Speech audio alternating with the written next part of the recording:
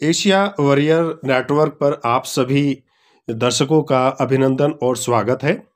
आज हम Asia warrior के बारे में हम थोड़ा बताते हैं। ये एक ऐसा प्लेटफॉर्म है जिसके अंदर हम जो विश्व के संबंधित विभिन्न मुद्दों के ऊपर अपनी बात रखने का प्रयास करते हैं और ज़्यादा से ज़्यादा जनों तक इस विषय को पहुंचाने के लिए हम काम करते हैं कि जो कि विभिन्न पर्यावरण से संबंधित, राजनीतिक, जियोपॉलिटिक्स से संबंधित जितने भी विषय हैं हम उस पर हम पहुंचाने का प्रयास करते हैं।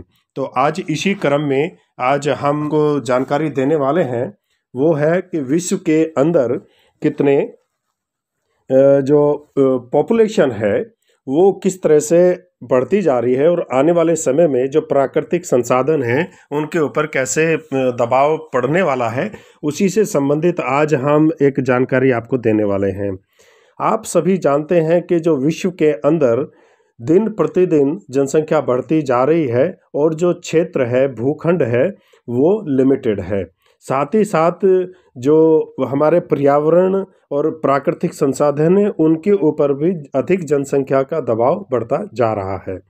जैसे कि आप सभी जानते हैं कि जो विश्व के अंदर जो महाद्वीप हैं उनमें मुख्य रूप से आप एशिया, यूरोप, अफ्रीका और अमेरिका, ये जो बड़े बड़े द्वीप हैं, इसके बाद में ऑस्ट्रेलिया का आप नाम ले सकते हैं। तो ये बड़े बड़े द्वीप कहलाते हैं, महाद्वीप कहलाते हैं।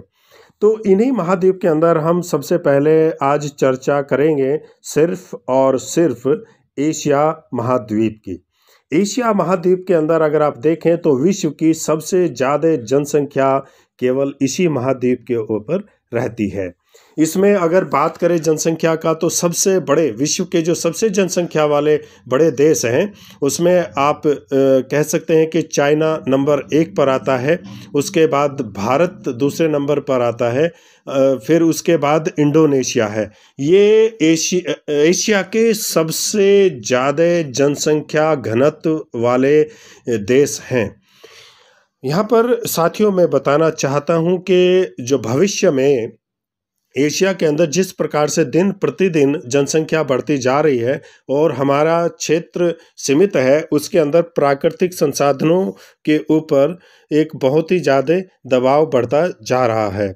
इस दबाव को कैसे हम मैनेज कर सकते हैं, इसके ऊपर भी आज हम चर्चा करने वाले हैं। तो इसी क्रम में मैं सबसे पहले बता दूं साथियों कि आने वाले समय में क्या क्या समस्याएं आ सकती है, पहले तो उसके ऊपर हम प्रकाश डालेंगे। तो सबसे पहले हम बात करते हैं खाद्य सुरक्षा। देखिए, जैसे जैसे जनसंख्या बढ़ती जा रही है और हमारे जो फसल उत्पादन है एग्रीकल्चर सेक्टर के अंदर अगर आप देखते हैं तो जो प्रोडक्टिविटी या उत्पादकता है वो अपने एक लेवल पर जाकर वहाँ पर वो स्थिर हो गई है। तो उसमें स्कोप बहुत ही कम अब बचा हुआ है। साथ ही साथ जो डिमांड है खाने की, पीने की, जो चीज़ों की डिमांड है वो दिन प्रतिदिन बढ़ती जा रही है। चाहे उसमें आप अनाज की बात करें, चाहे उसमें दूध की बात करें, चाहे आप मांस की बात करें, चाहे मछलियों की बात करें, उन सब के अंदर जो है डिमांड दिन प्रतिदिन बढ़ती जा रही है क्योंकि जनसंख्या का विस्तार भी बढ़ता जा रहा है। परंतु जहाँ पर बात आती है इनके प्राकृतिक संसाधनों की, वो धीरे धीरे सिकुड़ते जा रहे हैं। अभी पिछले कुछ दिनों में आपने देखा है कि जो जलवायु परिवर्तन के कारण कुछ जगह बरसात बहुत कम हो पा रही है और कहीं बहुत ज़्यादा हो रहा है। इससे भी जो फसलों को और एग्रीकल्चर के जो सेक्टर को बहुत ही ज़्यादा नुकसान हो रहा है। तो इस कारण जो हमारे आने वाले समय में जो खाद्य सुरक्षा के लिए एक बहुत ही बड़ी चेतावनी है। तो इसी के लिए हम कहते उपाय क्या हो सकते हैं इसको चिंता को दूर करने के लिए। तो इसमें 2 चीज़ पे हमें सबसे ज़्यादा ध्यान देने की आवश्यकता है। नंबर 1, हमें जो जनसंख्या की बढ़ोतरी है उस पे नियंत्रण करना ही होगा क्योंकि जैसे जैसे जनसंख्या घटेगी हमारे प्राकृतिक संसाधनों पर इसका दबाव कम होगा। दूसरा, जो हमारे वन क्षेत्र हैं उनको बढ़ाना होगा। साथ ही जो हमारे जो कृषि पद्धतियां हैं उनको अधिक उन्नत बनाना होगा, ताकि आने वाले समय में सभी को अनाज और सुरक्षा प्रदान की जा सके।